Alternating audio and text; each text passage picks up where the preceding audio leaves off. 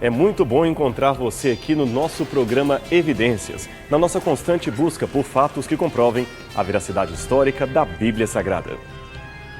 No programa de hoje, queremos refletir um pouco sobre a origem da vida e do universo, as causas que marcaram o começo de tudo. Aliás, houve mesmo um começo, uma origem, ou tudo sempre esteve por aqui? Começamos com essa indagação meio estranha a princípio, porque os físicos especializados em cosmologia não estão mais tão afinados nesse quesito.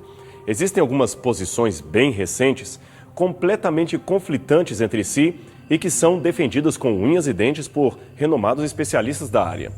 Hoje vamos conhecer algumas delas, começando pela famosa teoria do campo unificado. É um tipo de teoria que permite que todas as forças fundamentais para a existência do universo sejam descritas em termos de um único campo. Embora ainda hoje não exista nenhum modelo universalmente aceito para encampar uma teoria de campo unificado, e esse assunto permaneça como um campo aberto à pesquisa, é importante saber que a busca por uma teoria assim passou a ser quase uma fixação por muitos físicos e teóricos da atualidade. Para esses especialistas, é impossível postular que o universo se organizaria de forma tão eficiente se não houvesse uma estreita interligação entre essas forças naturais. Seria o mesmo que estudar a fabricação de um automóvel, negando que haja interação organizacional na fábrica aonde ele foi montado. Se os funcionários e engenheiros não trabalhassem em ordem, com organização interna e interação entre si, jamais teríamos carros em séries. Além disso, foi Albert Einstein quem cunhou esta expressão em 1929 e lutou até a sua morte em 1955 para encontrar uma teoria que unificasse a sua teoria da relatividade geral com o eletromagnetismo e a gravitação. Einstein não conseguiu, é claro, realizar o seu sonho de ver a natureza explicada de maneira bem simples por uma única equação. E não existe até hoje nenhuma teoria do campo unificado que seja aceita por todos. Mas o desafio de Einstein ainda continua. E a ideia da unificação de forças é uma das mais populares entre os físicos teóricos do mundo inteiro. Então alguns propuseram a busca pela chamada teoria de tudo, ou seja, a possibilidade de um dia se explicar toda a realidade numa formulação simples e elegante, abarcando tudo o que existe, existiu ou existirá. Uma fórmula completa, real e objetiva que esteja acima de qualquer suspeita e seja imune a contradições e paradoxos. Essa almejada teoria é muito parecida com a teoria do campo unificado proposta por Einstein. Sua distinção principal estaria em não exigir que os campos sejam a base da natureza e também por tentar explicar todas as constantes da física. A busca, em essência, é a mesma: encontrar uma teoria integrada capaz de, em princípio, descrever todos os fenômenos físicos que ocorrem no universo. O grande problema ainda é que a lei da gravidade não foi incluída com sucesso em uma teoria de tudo. Tentativas de combinar a relatividade geral com a mecânica quântica levantaram as dificuldades fundamentais. A teoria resultante não é algo que possa ser normatizado pelos físicos. A procura por uma teoria unificada é algo tão sério que até os mais céticos pesquisadores acabam usando uma linguagem religiosa para falar de sua busca. Alguns dizem que estão procurando o santo graal da ciência. Outros almejam encontrar nessa teoria a resposta última para todas as grandes perguntas existenciais da humanidade. Até o grande físico Stephen Hawking fala sobre o assunto como uma busca por conhecer a mente de Deus. Apenas é bom que se explique que esse Deus que Hawking menciona é apenas uma metáfora para falar do desconhecido e não uma confissão da existência de um Deus pessoal, conforme conhecemos pela Bíblia. E por falar em Hawking, o seu mais recente livro, O Grande Design, escrito com Leonard Milodnov, professor de física do Instituto de Tecnologia da Califórnia, reabre as discussões sobre o assunto, propondo o que seria uma solução definitiva para a questão. É que desde o surgimento da física quântica e a formulação do princípio da incerteza de Heisenberg, os físicos foram obrigados a modificar radicalmente a sua maneira de ver o universo. O princípio da incerteza postulava, por exemplo, ser impossível determinar com exatidão a posição e a velocidade de uma partícula ao mesmo tempo. Assim, muitos se sentiram abalados quanto à certeza de que se haveria ou não uma teoria unificada que explicasse os fenômenos naturais e pudesse até prever tudo o que acontece no universo. O cosmos, então, ganhou um fator de imprevisibilidade, inerente, é claro, à sua formação, e sendo assim, seria impossível determinar as suas condições futuras. Mas Hawking foi audacioso. Ele retomou a discussão e, com uma nova proposta, ele colocou o que chamaria a teoria final sobre o assunto. Essa teoria, na verdade, que ele propôs, já circulava de formas diferentes desde os anos 70. De um modo bem simplificado, a sugestão que ele dá é de que os físicos trabalhem com uma união entre a teoria da relatividade e a mecânica quântica, e este seria o modelo perfeito para se explicar como o universo veio a existir a partir do nada. Esse modelo inclui teorias como gravidade quântica de laços, teoria M e, a mais destacada, teoria das cordas ou supercordas. Esta última teoria, a teoria das cordas, foi proposta nos anos 60 e tem sido o modelo físico com maior destaque atualmente para compor a física ou a teoria de tudo. Ela contradiz as bases da física tradicional, que eram os pontos de dimensão zero, preferindo ter como blocos fundamentais objetos extensos unidimensionais, semelhantes a uma corda, daí o nome pelo qual ela é correntemente conhecida. Hawking chegou a dizer taxativamente que o seu modelo teórico coloca definitivamente para escanteio qualquer ideia ou necessidade de um Deus para explicar a origem do cosmos. Veja o que ele declarou. Não creio que a proposta do tempo e espaço sem limites prove a não existência de Deus, mas ela pode afetar nossas ideias sobre a natureza de Deus. Não precisamos de alguém para acender a chama do universo. Muitos ateus e céticos, é claro, vibraram com essa declaração de Hawking, mas ela foi tremendamente criticada por outros acadêmicos. Marcelo Gleiser, professor de física teórica do Dartmouth College em Hanover, Estados Unidos, e reconhecido mundialmente pela publicação de best-sellers como A Dança do Universo, foi um tremendo crítico da proposta de Hawking. Escrevendo para o New York Times e a Folha de São Paulo, ele declarou o seguinte: É lamentável que físicos como Hawking divulguem teorias especulativas. Ele está querendo ser Deus.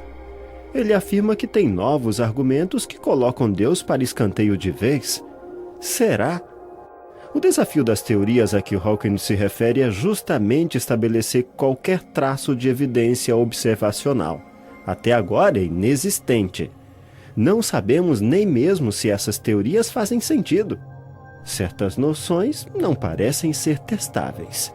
Ademais, a existência de uma teoria final é incompatível com o caráter empírico da física, baseado na coleta gradual de dados. Não vejo como poderemos ter certeza de que uma teoria final é mesmo final. Como nos mostra a história da ciência, surpresas ocorrem a toda hora. Talvez esteja na hora de Hawking deixar Deus em paz. O mais curioso é que Marcelo Gleiser não é cristão, muito menos criacionista ou defensor do design inteligente.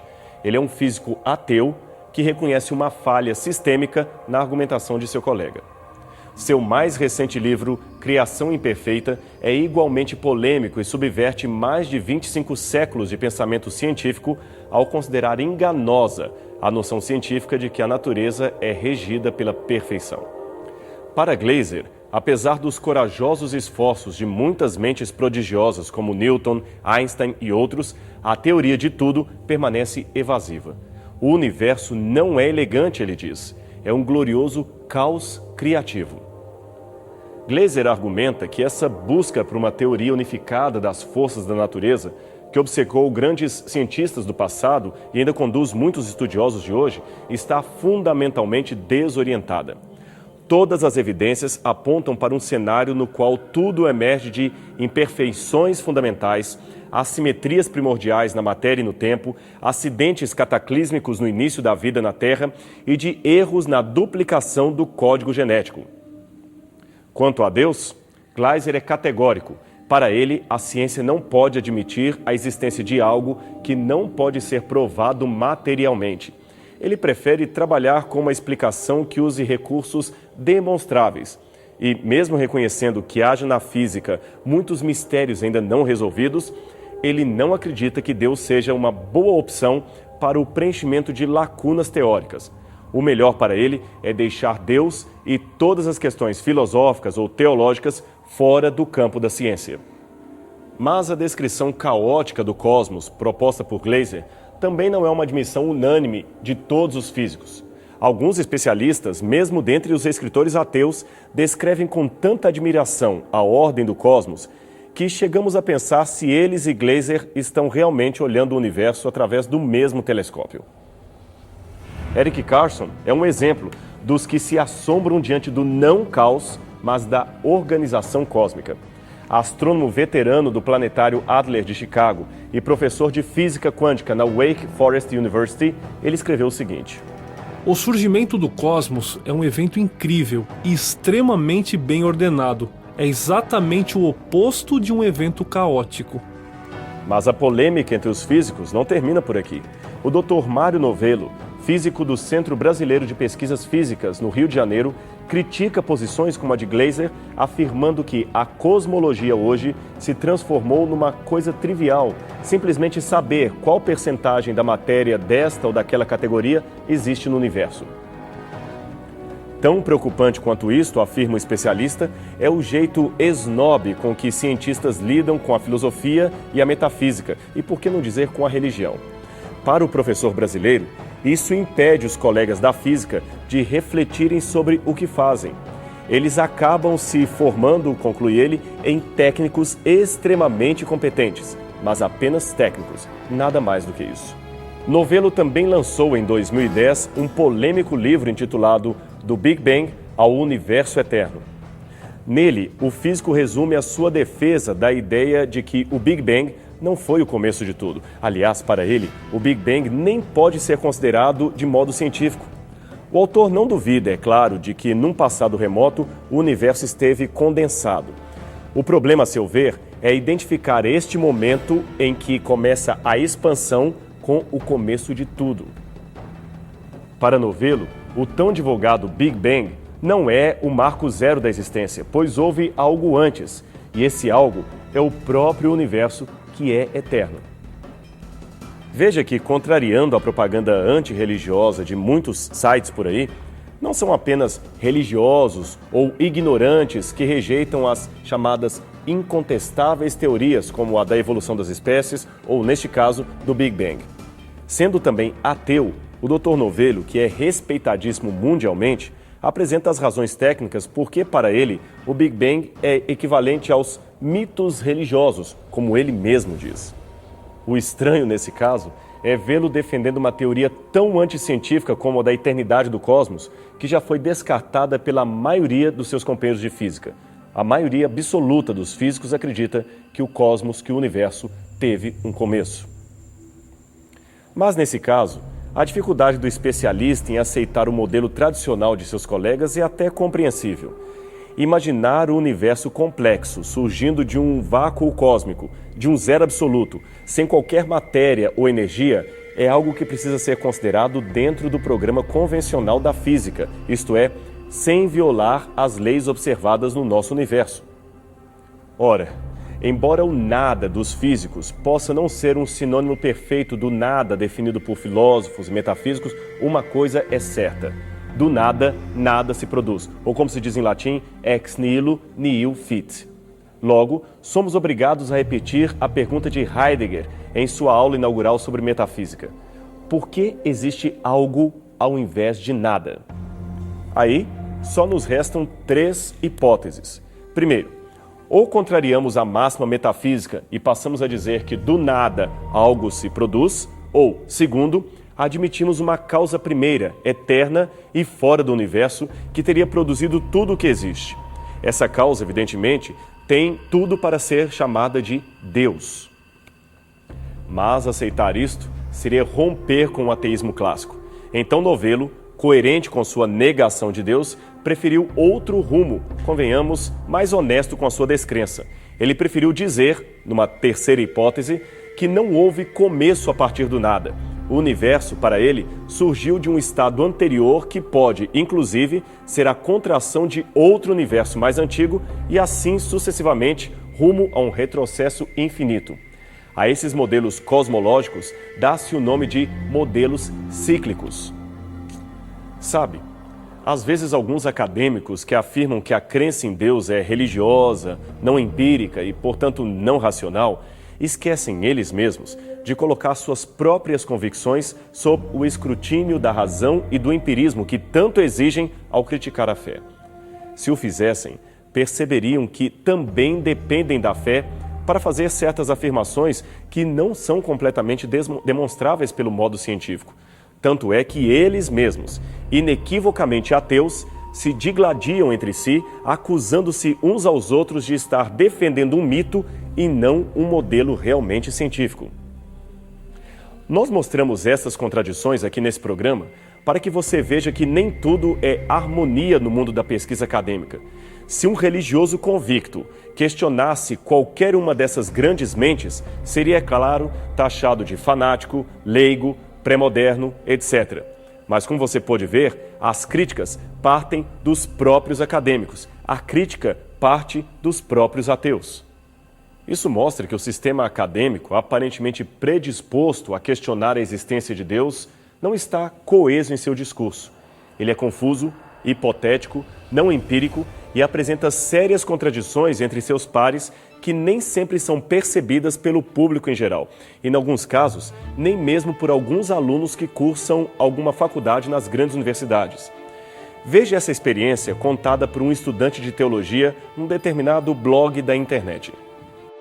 Eu tenho um amigo que estudou comigo no ensino médio e entrou na Universidade Federal para estudar física. Ele era daquelas pessoas, sabe, tipo gênio, muito inteligente mesmo. Ele se formou e fez mestrado. Depois mudou-se para São Paulo e fez doutorado na USP. Depois pós-doutorado. Um certo dia ele veio visitar a sua família e combinamos de nos encontrar para surfar.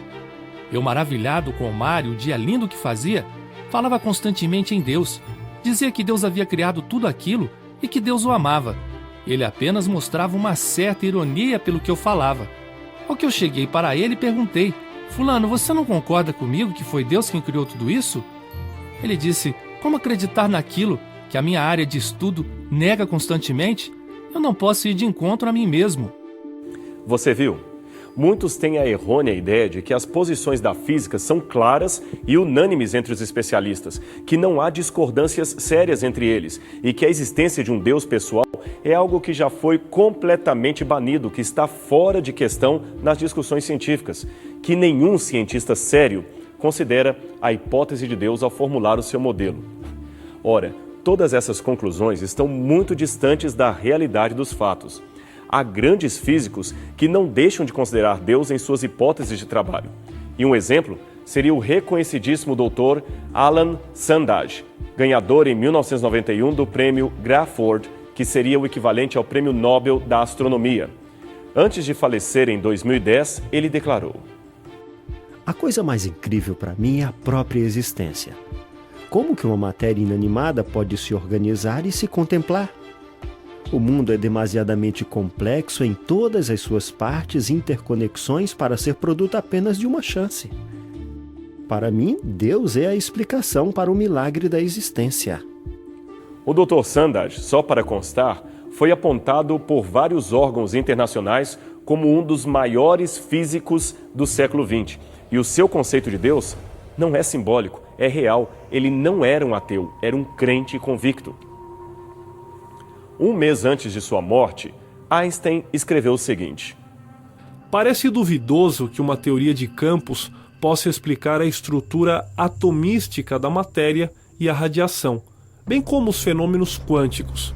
Muitos físicos responderão com um convicto não, porque creem que o problema quântico foi resolvido, em princípio, por outros meios. Todavia, aconteça o que acontecer, resta apenas o consolador ensinamento de Lessing: a aspiração à verdade é mais preciosa do que a sua posse garantida."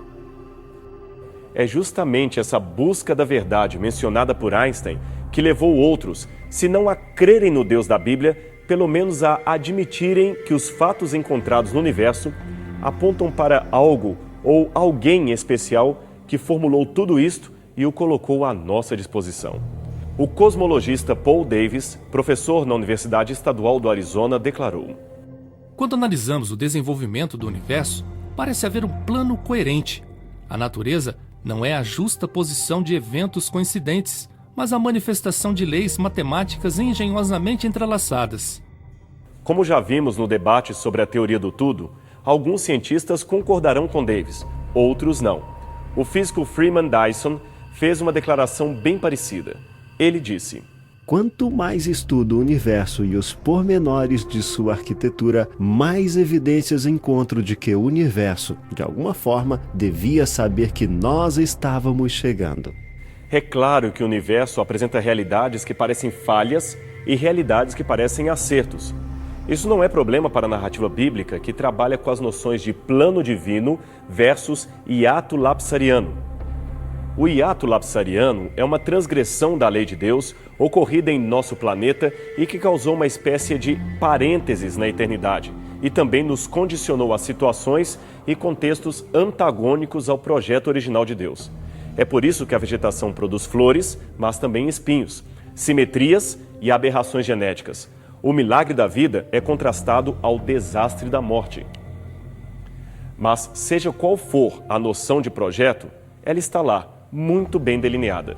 Até mesmo o renomado ateu Carl Sagan admitiu: A origem da vida em planetas favoráveis parece escrita na química do universo. O que ele nunca explicou é como essa vida foi escrita na química do universo se não havia ninguém para escrevê-la. Ora, se o universo foi tão bem planejado, por que não trabalhar pelo menos com a hipótese de um projetista supremo?